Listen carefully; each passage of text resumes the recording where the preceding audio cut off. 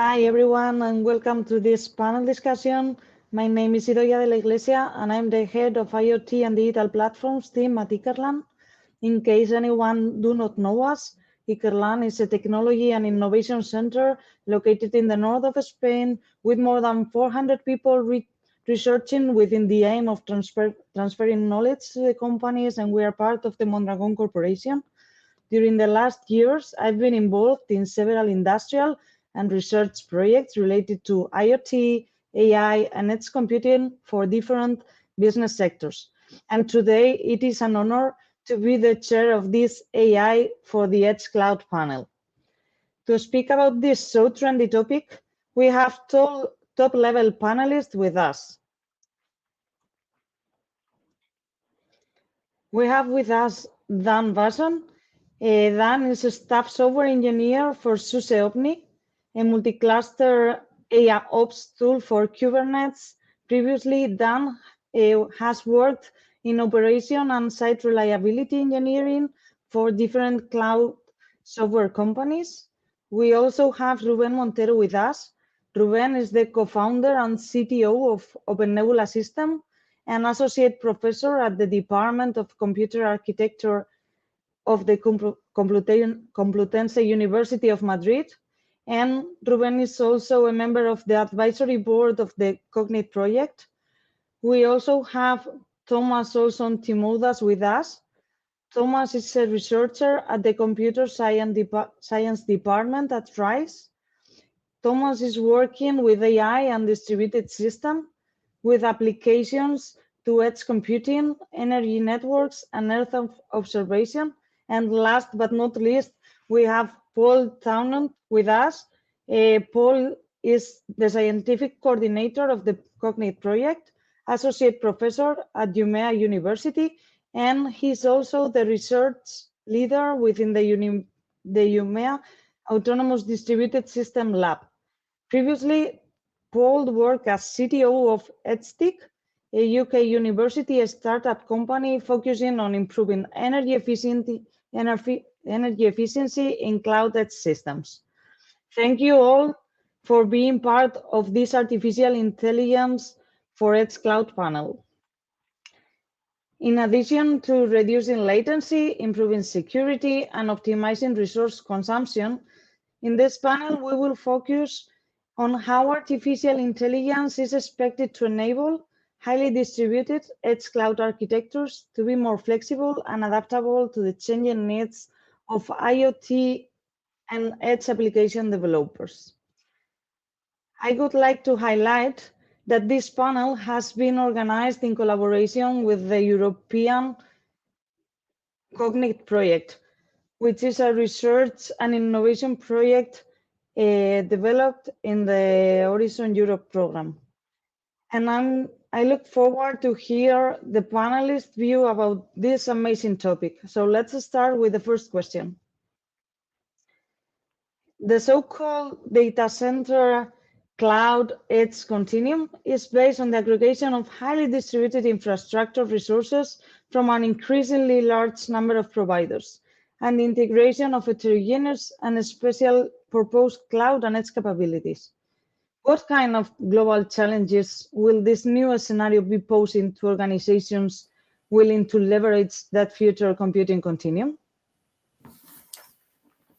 So maybe I can take this one, and I will start with this. From OpenNebula, we see a lot of challenges actually. The most clear one is probably a management challenge. So when you have to deploy, maintain, monitor, and operate such a distributed infrastructure, that is a really big challenge for the organizations that try to exploit the continuum in that way. But there are also a lot of challenges. We can see, for example, like locking challenges for when you're trying to interface and interact with multiple providers. Each one of them, they have different services in their portfolios. They have different APIs in data formats. They have different infrastructure offerings. So trying to deploy applications in such a disparate landscape is also being a challenge for for customers or users trying to deploy applications in the continuum. We also see some data privacy challenges. When you move your applications to the continuum, the data is going to live in different regions, different providers. It's one of them with different trust levels. So providing mechanisms to developers or the application or the companies deploying applications in the continuum is also a real challenge. I'm thinking about integrating hardware-assisted cryptography, or using the right tool to isolate the workloads across different users. That I think that's also a challenge for the continuum. We also see a latency challenge because the data is not all living in different places, but you have to move that data around. Okay, so providing ways to manage and schedule that the bandwidth and the latency you are going to see, which is going to vary a lot from different places, is also challenging.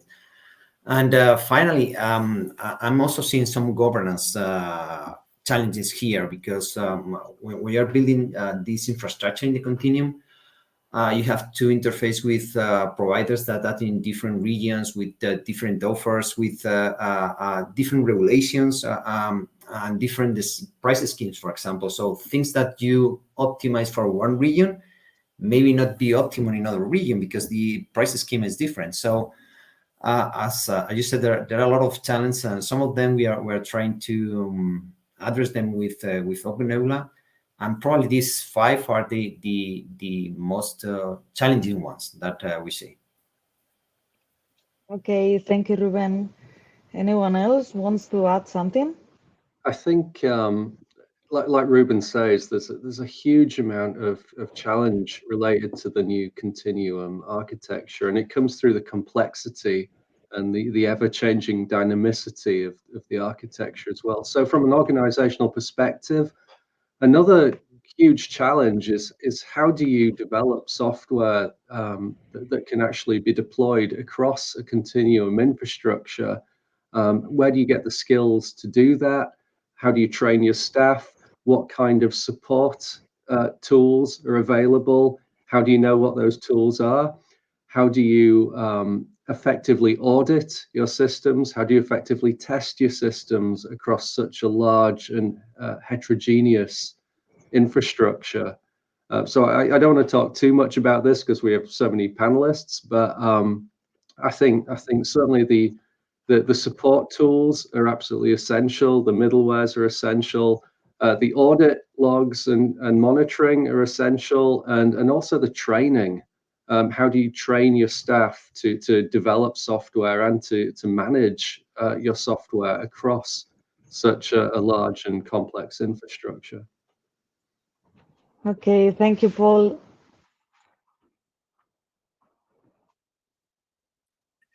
Dan, I can. any contributions? Sorry.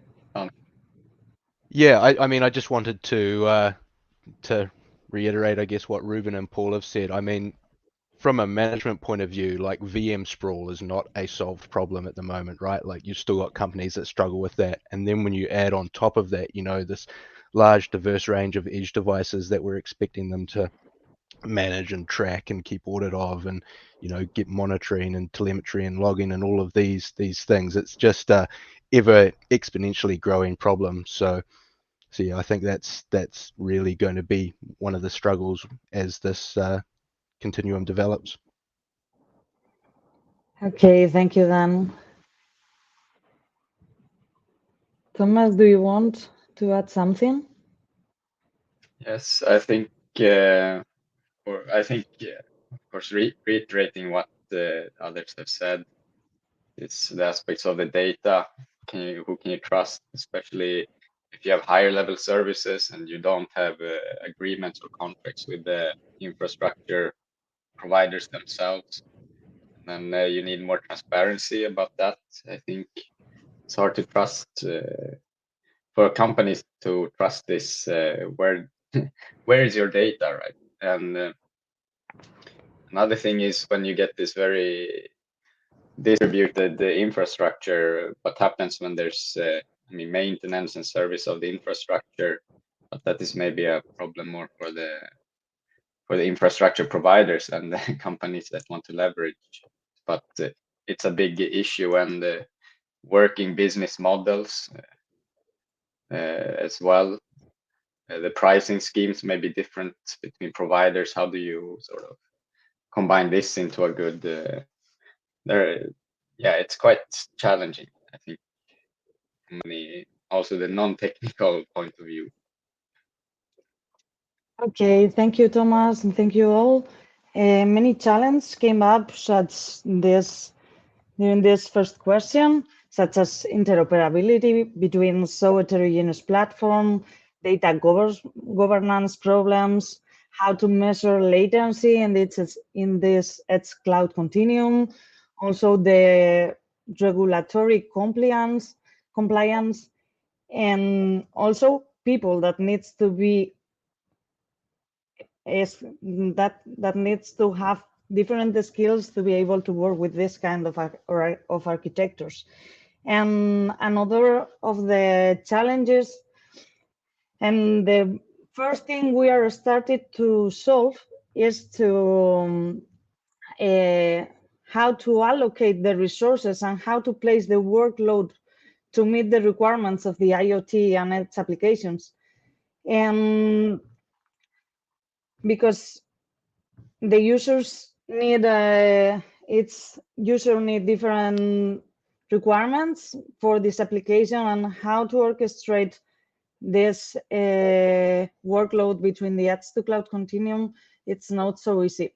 But this challenge help us to go to the second question, because some cloud computing solutions are already incorporating workload placement mechanisms that generate recommendation and might even automate some actions for optimizing virtual machines and storage across private and hybrid cloud environments, mainly focused on reducing resource contentions and maintaining optimum system performance.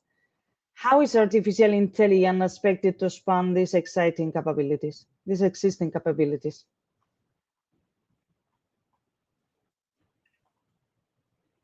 I can maybe start this question.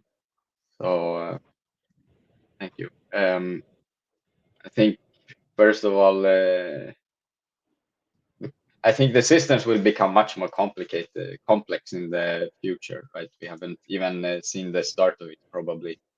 And you know, what happens when you get a very, very complex network of microservices or whatever, and they are, or I think these systems will become very, very complex very soon, and maybe you need to have more self-organized systems.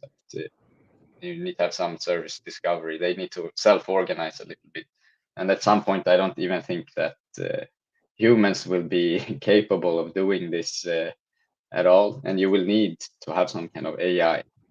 And I guess when we talk about AI, it's a quite inclusive concept, which includes a lot of sort of intelligent behavior, let's say. So, and I think AI will, of course, help automate this, and it will make things reduce the costs and so on, and allow us to build more complex systems.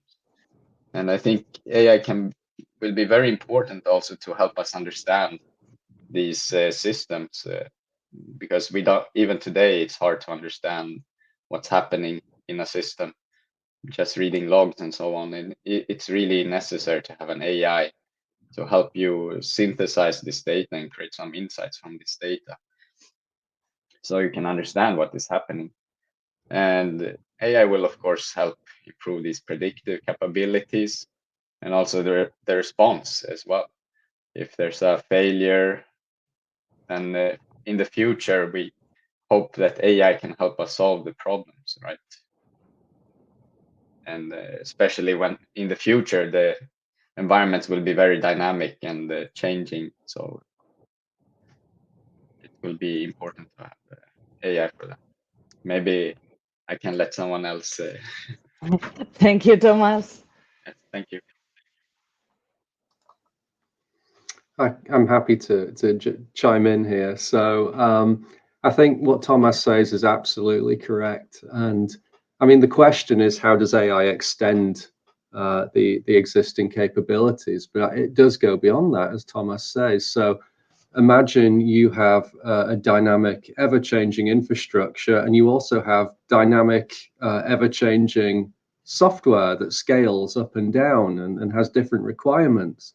AI becomes essential. So it's not just about extending the existing capabilities, but you have to have AI. The complexity is going to be too big for manual control or manual management of the system. And so we become dependent on AI.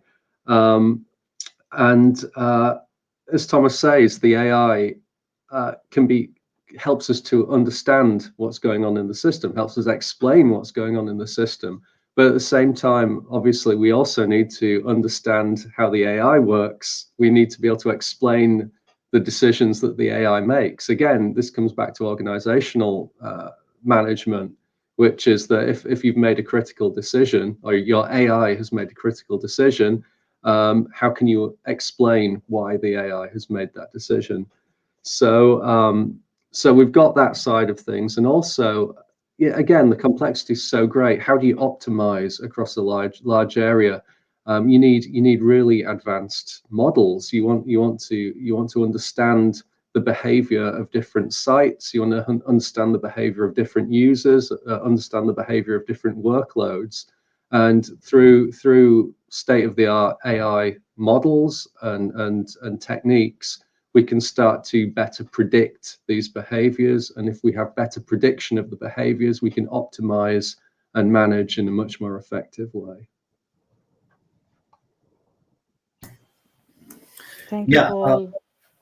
Exactly. I think that that's precisely what machine learning or artificial intelligence brings to the table. I mean, traditionally, we've been optimizing our systems. We've been using heuristics, linear programming, a lot of methods that are able to produce optimal solutions for known problems. But what is really telling here is that we need to, or what we can leverage from machine learning is finding out or discovering patterns. So it's not just I want to optimize this workload, but I want to adapt the infrastructure to the usage pattern that this workload is doing. And as Paul says, that is going to be dynamic. And I want to change or stretch the infrastructure in order to accommodate different patterns in the time and be able to recognize, identify, and adapt to those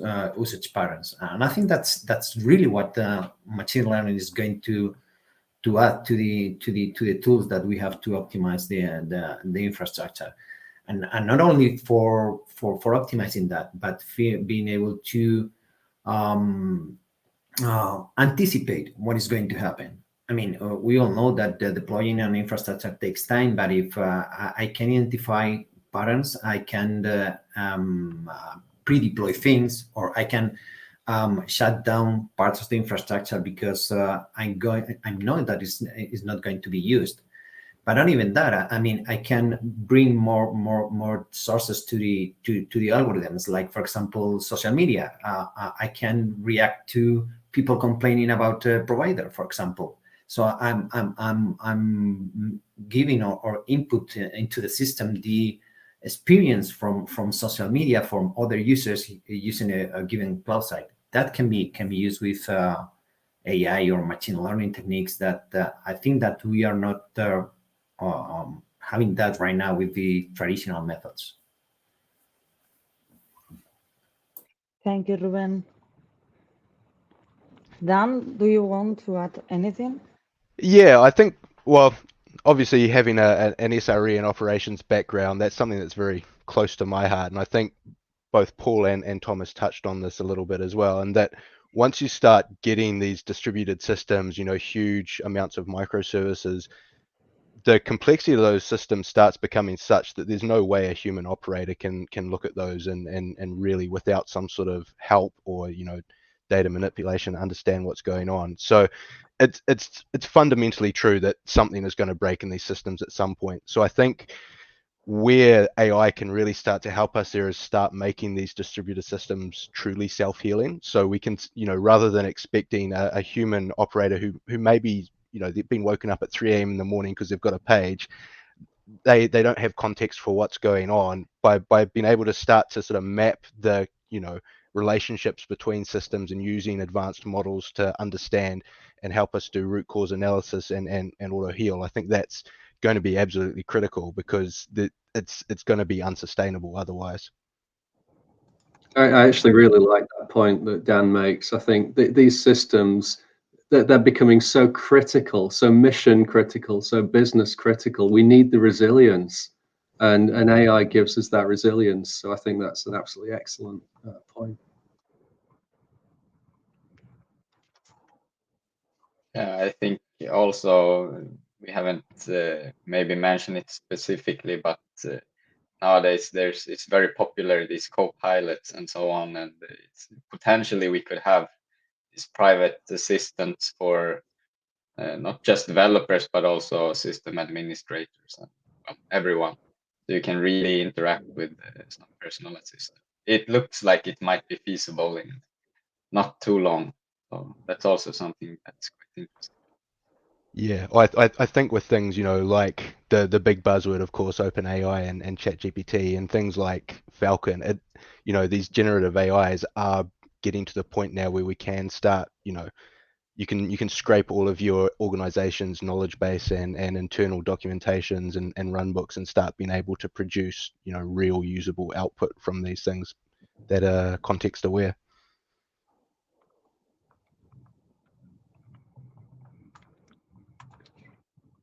Okay, thank you. Okay, we all think, with all your comments, I'm sure that we all think that the complexity of the system and the sets to cloud continuum architectures is so high that AI will help us to learn different patterns of usage and will help us to adapt our infrastructure to accommodate to these different patterns of usage. But the next question goes a bit farther. Because the cognitive cloud solutions are expected to play the key role in speeding up a green transition in tech, helping to reduce the overall carbon footprint associated with hyperscalers and large data centers, beyond existing models based on labeling schemes that visualize the energy efficiency of infrastructure resources. How is artificial intelligence expected to support a holistic approach to long-term energy and sustainability optimization in cloud edge environments? What do you think? Okay, so I have a background in cloud energy, so I should probably say something here. So first off, I'd just like to set the context a little bit. So depending on what survey you read, the energy footprint of this new infrastructure, this continuum that we're talking about, is enormous. There's one study that's very famous that says that by 2030, 9% of the global electrical supply will be powering data centers, and another 9% will be on the network, because network has an energy cost as well. Now, personally, I think those figures are a little excessive, but I would probably say, yeah, you're looking data centers and networks together, probably 10% minimum of the global power supply. So we really need mechanisms to try and reduce the energy consumption, but also make more smarter decisions about what hardware are we going to use that maybe is using renewable power, for example, or isn't placing so much load on a national grid. So AI can really help with this, because again, this is something that's quite hidden from software developers, the energy impact. And that's actually something that we're starting to look at with the Cognit project, which is that we've noticed that there's a lot of AI models for cloud, there's a lot of AI models for continuum, there's a lot of AI models for edge, and there's a little bit that talks about energy and modeling of energy. But how do you combine it all together? How do you create an AI model that I can say, okay, I want to deploy a bunch of services onto the continuum, I've got latency demands, I've got performance requirements, but I also really want to try and use more renewable energy sources, or I want to keep my energy costs low. And then, but I don't know how to do that. I need the AI to do that for me. So the artificial intelligence could start taking a role of through better energy modeling and energy management. We could start making decisions on where to place workloads based on the hardware available, based on what we predict the load on the energy grid is going to be like in the next 24 hours or 12 hours. We can start looking at where do we think the most renewable power currently is, and how do we optimize and trade off that with the requirements of our customers, or the requirements of our business partners, or legislative requirements. So AI helps by introducing this energy management that is probably invisible or unknown to the end customer or the end user when they're deploying the software. So yeah, there's a huge opportunity to develop and then extend AI mechanisms into our infrastructure, into our tools, that give us the ability to actually control and improve energy efficiency through the continuum. Okay, thank you very much, Paul. What do you think, the rest? Yeah, I agree with Paul, and you also touched this the interaction with the rest of the grid. And there's a lot of things happening in the energy domain in general, smart grids and so on.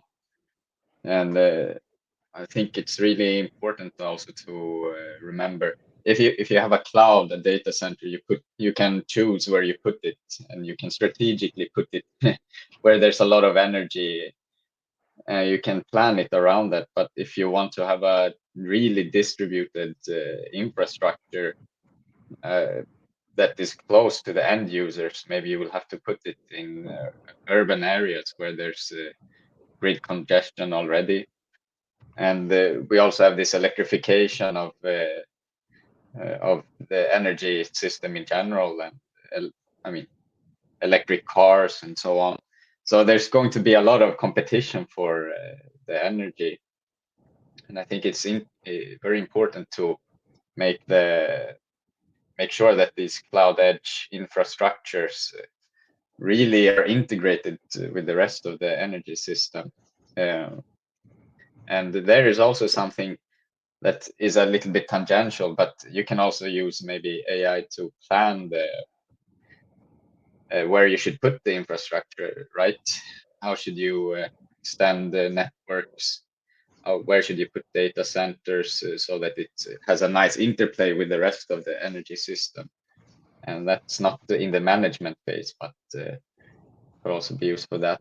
And I also think we shouldn't, it's easy to say, okay, let's use AI and then it will solve all the problems for us, but we shouldn't get lazy. We need to still design software so that, it can be energy efficient. And one thing that, for example, in simulations, it's numerical solvers, it's very easy, very common that you change step sizes and so on, so you can change how accurate you want your solution to be, right? Trade off against how much computation you will need, and building this into software from the beginning that, if we have a lot of computational power, maybe we want to really, you can run these algorithms, or if we have very little computational capacity, maybe you can run a less demanding application, and then you can use AI to automatically select the best combination of parameters and so on. So that's another thing. Thomas.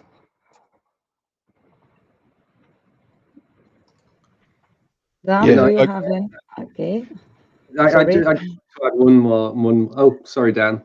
Go for it. I was just going to say the other thing that I sort of find interesting is it's not just our compute and our computing resources that are becoming distributed, it's our power generation as well. Like if you look at modern cities is, you know, domestic solar panels on people's roofs and things that are getting fed back into the grid. So I think being able to take advantage of those and being able to get feedback and be able to adjust our power usage based on those things is going to become really important as well. So, you know, that whole concept of load shifting is just going to become more complicated as we move away from sort of centralized power generation and transmission. Okay, thank you, Paul. It was for me really interesting, the comment of Thomas, because it's really important that software developers take into account this energy efficiency when they are doing their developments. And I think that is something that it's not always done. And for sure, we are all of us think that AI will help to manage the energy and also will help us to decide where to deploy it depending on the energy consumption of the different edge and where the energy comes from. And as Paul came up, this is one of the things we are trying to solve in the Cognit project. And we are also, this helps me to introduce the next question, because the Cognit project is developing a new distributed function as a service platform that enables IoT and its application developers to offload their tasks to a cognitive computing continuum. Are you witnessing the first steps of a future continuum native paradigm in which developers will rely on AI meta-orchestrator solutions for managing and adapting infrastructure resources and for dealing with workload portability transparently across this continuum, predicting and responding autonomously to possible incidents and security threats? The question is quite long, but maybe Dan, do you want to start with this? Yeah, sure. I can jump in there.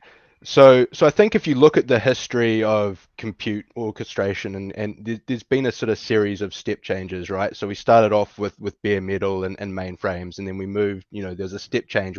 Hypervisors became common. We moved to virtual machine, everything running on a virtual machine with a hypervisor under the hood.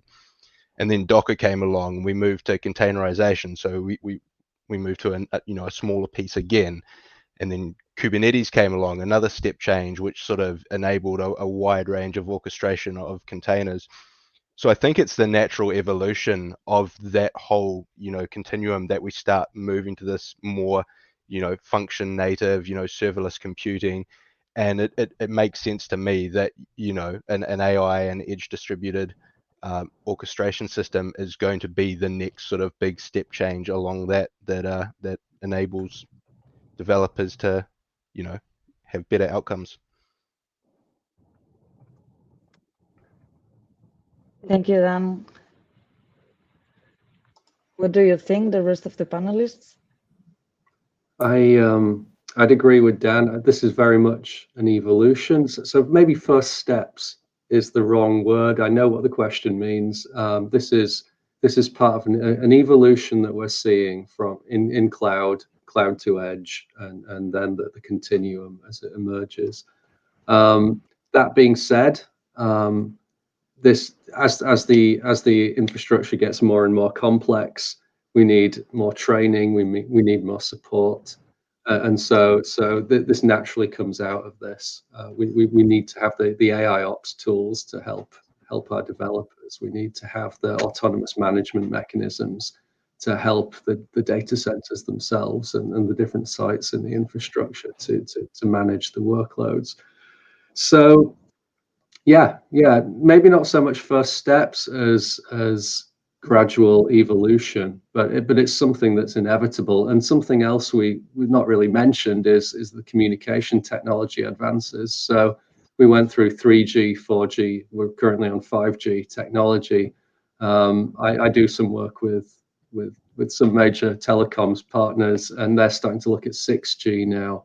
And when we start thinking about 6G technology, it's going to be ultra low latency, ultra high bandwidth, and then as that becomes the mainstream communication method, so the complexity and the capability to spread load across a large area becomes even better. So again, this is all part of the evolution, and it's absolutely unavoidable. As a company of any size, medium size and above, certainly you can't avoid this now, and you absolutely need to get on top of it, and you need the supporting tools to help you out, and that's all part of this evolution. Thank you, Paul. Ruben? Yeah, so I think that the real question is, if we assume that we are going to have a really functional continuum, the question is, how are we going to use that? There's like a straightforward application where you deploy your services in the continuum, so your final users will experience a lower latency and so on, and this means all the devices becomes like streaming devices, and that's a solution, and I think that that's a really important use case. But I think that also the end user devices are most that in a lot of scenarios are more than just streaming devices. So providing them a way to somehow define how to offload part of the logic that is going to be executed in a device into the continuum, it's a really a new paradigm of how applications are going to be developed. So we currently have this function as a service model that it works well for a given set of workloads, but the question is, can we translate just that to the edge? And I'm seeing several problems. One is from the point of view of the software itself. Like, for example, if you have like a lot of providers and you have to deploy functions in a lot of places, what happens if you find a bug? You have to redeploy across a lot of providers with different APIs. So managing this software in a consistent and coherent manner is going to be difficult. But also, you need to provide software developers like a paradigm where they can express what, or let's say, how big or how far are going to be the functions that you are going to offload, because finding or striking the right balance between the input-output data that you have to transfer to the continuum and back to the device, and the computing time, the energy you are going to save by doing this offload, these trade-offs, it's a real challenge, and I think that this new paradigm should provide that to the developers.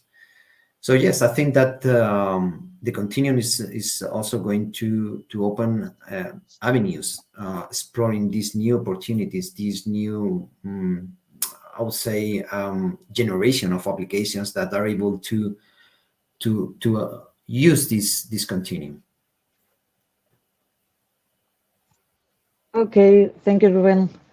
I think the same, because depending on the edge application, the requirements are quite different, and it's not easy for devices that have limited resources to manage all these different IPs, different connection, and to trust in this edge cloud continuum to deploy and to run their tasks. So thank you. And regarding the Dan comments, maybe Dan, could you give us more information about the OpenNebula project, because maybe not all the people that are watching us is familiar with this. Yeah, sure. More than happy to. So OpenNebula, the headline for OpenNebula is that it's multi-cluster observability and telemetry. So the idea behind OpenNebula is that we want to make it simple for users to be able to gather telemetry data from, you know, a diverse range of predominantly Kubernetes clusters at the moment. That's what we're focused on, but in the future, you know, edge devices in general. And then we want to start using AI and machine learning tools to be able to start finding problems in those data before the users realize there's problems. So one of the big things we're doing with Opni is that rather than using your traditional anomaly detection where you have a metric and you have labeled data and you find anomalies in the patterns of the data, we're using language models on the actual content of the logs themselves to detect whether or not a log is anomalous or not. So that's a sort of elevator pitch of what Opni is and what it's doing. Okay, thank you very much, Dan. I think this Opni tool will help a lot to make a reality this AI edge cloud architectures. And as we are near to the end of the session, I'd like to thank our panelists for their valuable insights and the audience for their engagement. And before we wrap up, I'll give each panelist a moment to share with us any closing remarks or any comments that you didn't have time during the session. Do you want to add anything more? I just think that this was a really fun panel to have because this topic isn't going to go away. As we look to the future, things are just going to get more complex, larger scale, and with that complexity and scale and energy consumption come all of these challenges that Dan's Opni project, great example. How do you provide monitoring and telemetry across such a complex infrastructure and sets of software?